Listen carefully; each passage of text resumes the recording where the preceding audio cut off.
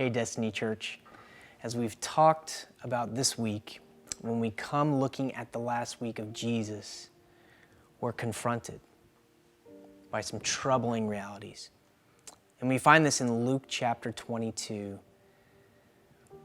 At the beginning of the chapter, during the Feast of the Unleavened Bread, Passover, the chief priests and the scribes sought to put him to death, for they feared the people.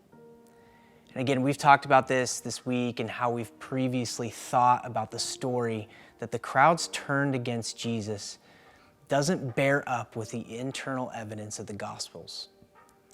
That this small elite group of people, because of Jesus' threat to them, had to get him removed. They wanted him dead. But they couldn't because of this popularity with the people. So what did they do? They persuaded Judas, one of Jesus' disciples, to do it. Why did Jesus do it? Well, the Gospels don't really say, other than money. So he did it because they offered him money. It's hard to do things the right way when we're put in a situation or offered things that we want that yet cause us to do things that we shouldn't. And Judas was put in those situations.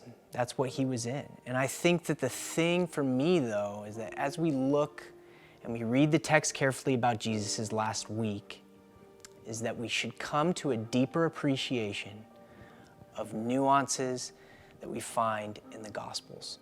We see this reality where the crowds of Jerusalem hung on his every word, and the chief priests were threatened by him, and they had to get rid of him. So that's what they are going to do. That's what they did. And of course, this was all part of God's plan. But this is the mechanism that brought it about.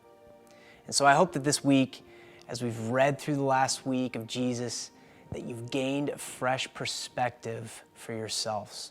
That we live in a day where the voice of God is continually being pushed away and taken up all the distractions, and it's harder and harder to hear him. And so let us not be easily swayed like Judas was, but let's be careful to not betray others for things that seem urgent and more valuable today.